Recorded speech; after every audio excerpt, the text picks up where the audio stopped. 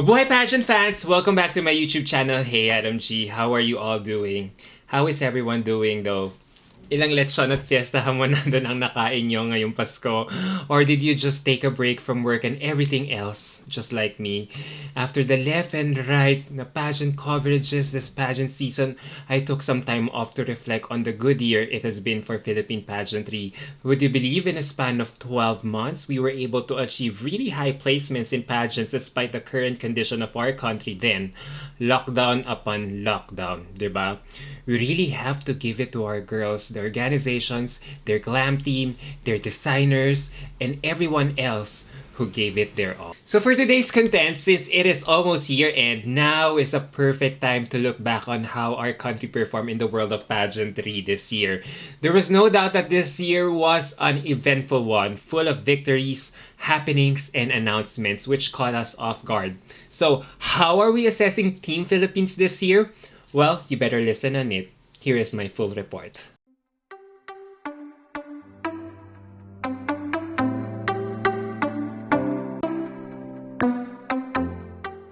As we all know, guys, we are still living in the middle of the pandemic right now, but I am glad that the majority of the pageant organizations around the world have fully adjusted to the new normal by adding stringent health and safety protocols in organizing their pageants this year. And despite not having an edition last year due to the surge of COVID-19, both the Miss Universe organization and Miss Grand International organization should be commended for being able to adjust and bounce back by coming out with an edition, not just one, but two editions in an effort not to skip a calendar year despite the threat of the pandemic. So, I really have to give credit where it's due, guys, especially after the Miss Grand International organization was the first international pageant organization to show to the whole world last March that it can still successfully mount a pageant in the middle of the pandemic by allowing all its contestants to quarantine for 2 weeks after arriving in Thailand before going full blast with their events. While on quarantine, napansin nyo, diba, they cleverly put up online activities for the girls to pass time and engage with pageant fans around the world, which allowed us to get to know them more in the process, diba, and see their personalities talaga. And what I also like about this edition, though, was that it was so glossy in terms of the production. And a few years from now, you wouldn't think it was held in a pandemic if you watch it in, let's say, 5 years or more, dahil talagang ang ganda-ganda talaga ng production nila nung March.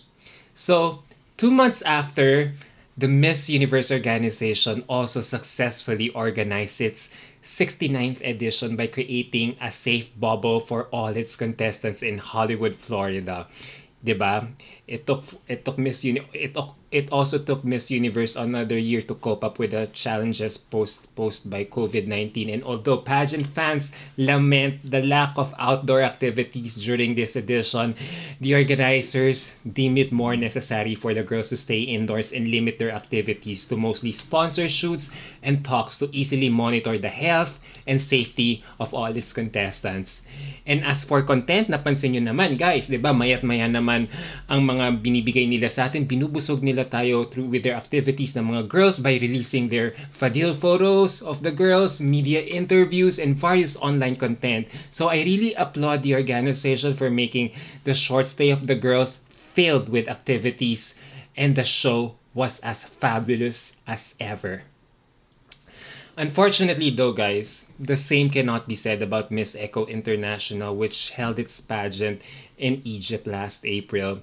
While we were elated to see Kelly Day almost win the title, the excitement and celebration quickly turned into anger and worry, as it was reported that she had tested positive before participating in the finals night. So consequently, pageant fans quickly criticized both MWP and Miss Echo International Organization for the lack of transparency about this matter. But I am confident that Miss Echo International Organization has learned from this as it was able to successfully mount its Miss Teen edition in Egypt successfully last week. Diba? And by the time that the issue about Kelly Day has already subsided, our attention suddenly shifted to Rabia Mateo, the inaugural winner of Miss Universe Philippines, as she vied for our country's fifth Miss Universe crown. Despite her efforts, guys, she only managed to make it to top 20, which was still a decent showing given how she was able to maintain our 11-year winning streak in Miss Universe then. Pageant fans, but still, pageant fans were still very hard on her despite her top 21 finish, given how her focus and mental fortitude was severely affected by the comments that she had read online. It was a really humbling lesson for all of us Filipino pageant fans as we had to share the blame for Rabia's loss in Miss Universe. I feel as though Rabia, at her age right now, could still compete if she wishes to. And I feel like she still has an unfinished business with pageantry. But luckily, guys, we pageant fans were able to quickly move on from Rabia's heartbreak as Binibining Pilipinas, all our pageant organizations like Binibining Pilipinas, Miss World Philippines, Miss Philippines Earth, and Miss Universe Philippines also successfully pulled off their much delayed editions in the third quarter of this year, mula July hanggang September. And despite a series of postponements, Binibining Pilipinas truly never lost its magic touch as it was still able to field four new title holders which asserted our might and dominance in the world of pageantry. Nakita nyo naman no finals night, guys, diba? The question and answer really had a heavy weight on the scores that night. And Hannah Arnold, Samantha Panlilio, Cindy Obenita, and Maureen Montang had crowns on their heads right after. Eventually, both Maureen Montang and Cindy Obenita made our country proud for winning our second Miss Globe and Miss Intercontinental crowns in the last quarter of this year. Nakita nyo naman guys, diba? Both girls were very impressive with their respective showing in their international competitions. Maureen, just like the case of Maureen did not just rely on her popularity but showed everyone that a pageant veteran like her could still not be complacent and put in so much work with her stylish OOTDs and killer catwalk and communication skills. On the other hand naman, Cindy Obenita schooled everyone, including me, that a wildcard pick like her could also be a strong choice for an unpredictable pageant like Miss Intercontinental.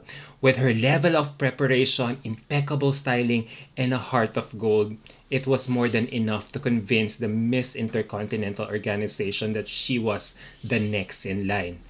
Diba, napansin nyo, who could ever forget that crowning moment in that pink fringe cocktail dress?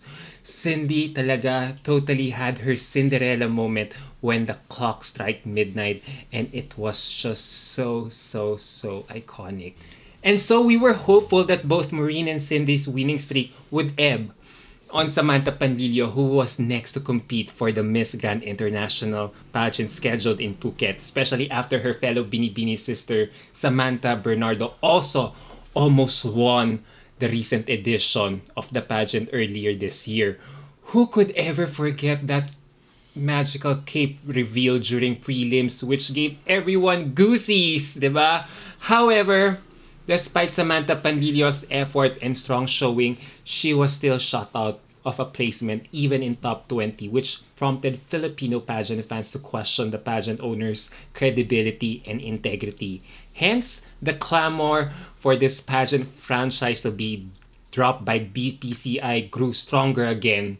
But as I do this vlog, the latest word from MGI is that Binibining Pilipinas Charities Incorporated will still be the local franchise of the said pageant for next year. And although many pageant fans see this as a major setback for Samantha Panlilio and Binibining Pilipinas, pageant fans still rallied behind Binibining Pilipinas' wisdom in picking the best set of Filipinas to be sent to international pageant competitions, including Hannah Arnold, who is deemed already the presumptive winner of the next Miss International pageant, which is still to be announced when after almost 3 years of postponement already. Now, let's move on to another pageant organization who has continuously buckle the trend by offering something innovative all the time. And that's our homegrown Miss Earth organization. And yeah, I know, guys, while a lot of pageant enthusiasts were disappointed that it went virtual for its format for the second time this year, it still made us talaga, looking back, appreciate the wisdom and importance of holding a virtual format at this time of the pandemic. One good thing, though, about seeing all their contestants in this virtual format is that this year we were able to see how the girls was able to showcase their pasarelas in their beautiful gowns, and those were money shots that were used for their respective videos.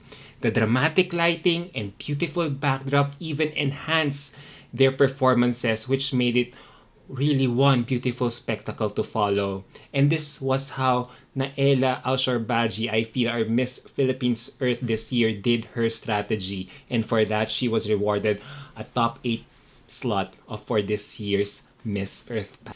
Next, guys, we also have to give credit to the Miss World Philippines organization for also picking the right set of girls to represent us. Next, in Miss World, Miss Supranational, Mr. Supranational, Miss Eco International, and Reina Hispano-Americana, despite missing their original finals date last July due to our city's pandemic situation.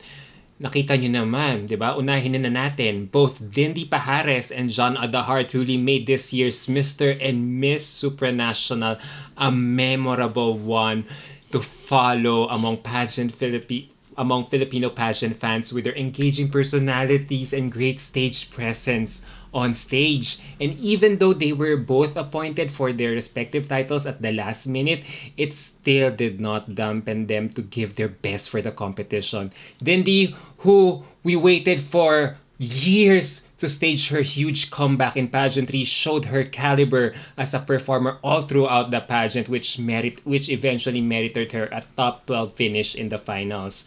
On the other hand naman, John Adahar surprised everyone with his appointment, given that he wasn't the typical male representative we usually send in international male pageants, because he was really very raw and outgoing. But I think it worked on his favor as the organization find him to be a breath of fresh air that even the pageant organizer and director Andre Slay and Janik Maceta took notice. In the end, John Adahar was still able to maintain our streak as he finished in the top 20. Now, let's go to the other MW queens who also made us proud. Diba? Movie and TV actress and singer-songwriter Emmanuel Vera followed it up after finishing fourth in Reina Hispano-Americana in Bolivia despite being a newbie in the world of pageantry. Also, Tatiana Austria, who was crowned Miss Eco Teen International Philippines, almost scored a back-to-back win in Egypt. And then finally, there is Tracy Maureen Perez, who is really defying everyone's expectations in the suddenly postponed Miss World Finals in Puerto Rico. If all pageant admin leaderboards all over the world are reading it right, our country talaga has a huge chance of winning our second Blue Crown next March. Ang tagal pa, no? Pero ganun talaga eh. Pero kita nyo naman, lumalaban talaga si Tracy, diba? And as for the other MW queens, like Kathleen Payton and Michelle Arceo, pageant fans will see them both in action next year. Kathleen will compete in Miss Eco International in Egypt next March, while Michelle Arceo will fly to India for Miss Environmental Philippines naman the month after. And now, Lastly, let's talk about Miss Universe Philippines, who has also defied everyone's expectations by coming out with a stronger lineup of quality and high-caliber women for its sophomore edition, with the crowning of Bea Luigi Gomez a dark horse in the end. Aminin nyo, no pageant fan and admin had foreseen this scenario or outcome, as everyone thought it would be a face-off or duel between pageant veterans Katrina Dimaranan and Steffi Aberasturi. Diba? Although there was only a short time to prepare for the 70th edition of Miss Universe to be held in Israel, The MUP organization quickly rose to the challenge by learning from its previous mistakes and hiring more competent personalities to its fold. Yung pangarap natin na makapag-evening gown na lang talaga tayo sa top 10 was really exceeded by having been able to reach the top 5 Q&A segment of the competition. And so, sa totoo lang, I can't wait who will represent us in the next edition of Miss Universe. While a lot of pageant fans were not impressed with the organization's game plan for Bea in Miss Universe in terms of styling and social media engagement, it still triumphed in the end with Bea's strong top 5 finish in Miss Universe. Suddenly, skeptic critics were silenced as a new surge of well-wishers among pageant fans are cheering the organization for the risk that it took off, which eventually paid off. While I know that the organization is not perfect, I hope that we could still offer constructive criticism to the girls by offering ideas and suggestions out in the open for all stakeholders like pageant fans, organizations, fan and pageant admins, fashion designers, stylists to learn from each other. So in this way, we create a healthy exchange of ideas and discourse for the betterment of our contestants showing in the international stage. So overall, all our candidates really did well in the international stage this year. Grabe, no? Including our girls who represented us in other pageants like Miss Aura International. Ang galing doon ni Faith Garcia, ha? Wow. Miss Culture International, Mr. Gay World, ano pa ba? Miss Interglobal, 7th runner-up finish sa Multiverse, among many other pageants which also took place this year. And in a time where this pandemic has really curtailed everyone's movement in the metropolis, it is still worth noting how our candidates cope up with the situation by never wavering to their goal or commitment in bringing home honor and pride to our country. So with that, so having said that, the next year will really prove to be a challenging scenario for the next set of Binibining Pilipinas candidates who will represent us in the international stage, especially in both Miss Globe and Miss Intercontinental pageants where our country is the reigning winner. A back-to-back win is really hard to pull off, sa totoo lang guys, in pageants. But given our girls' collective effort and determination, we could always be in for a positive result. And as for Miss Grand International naman, all eyes will definitely be on Binibining Pilipinas on who will it choose to field next in the upcoming international pageant.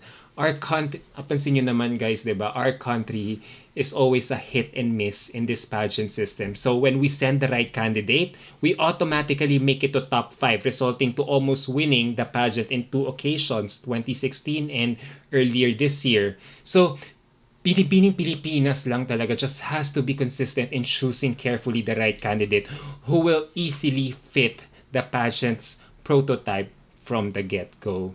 And same goes for our girls who will compete in Miss Universe Philippines next year.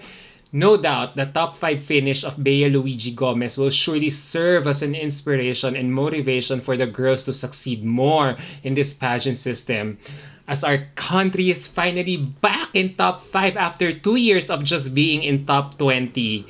So the challenge for Miss Universe Philippines organization now is to sustain its momentum by finding the next Filipina who could offer us something new to the table. If there is one lesson we have learned from the recently concluded Miss Universe edition in Israel, it's that crowning someone different from the previous mold or someone out of the box is still winnable as long as the girl is ready and determined. Na parang years ago, who would have thought that sending a proud member of the LGBT community na someone who is very different from the Pia Catriona mold would work. Pero kaya-kaya palang lumaban sa Miss Universe. So, ang refreshing, di ba? So, I really hope this really inspires and encourages Miss Universe Philippines more to do well in the near future in terms of their selection process. On the other hand, given the Miss World Finals postponement until March, But the positive feedback that we are getting from Puerto Rico with regards to Tracy Maureen Perez's candidacy is more than enough reason that Miss World still recognizes the caliber of our contestants, even if we don't send the typical Miss World prototype, or whether they can find another prototype candidate that is capable of following the footsteps or if not surpass the qualities of Megan Young. This is really, sa totoo lang guys, this is really an encouraging sign for both MWP and Filipino pageant fans that winning our second Blue Crown could happen in the near future and that we don't have to wait for another 63 years or a lifetime for this to come into fruition. So overall guys, given how this year turned out to be a banner year for our country, I really remain optimistic about how our next set of queens will perform given the politics and ever-changing formats and selection process of all these international pageant organizations. Hence, our national pageant organization should crown queens who are well-rounded and easily hit the prototype at the same time if we want to sustain our winning streak in the near future. For me, this is really the key. We can't afford to be experimental or take huge risks given our neighboring countries like Vietnam, Thailand are slowly catching up and getting the formula or the winning formula as well. So there you go, guys. There goes my year-end report about our collective performance for this year. How are you liking it? Well, if you enjoyed watching this content, hit the thumbs up button and spread the word about my YouTube channel. Thanks for watching, guys, and Happy New Year. Until my next video, bye!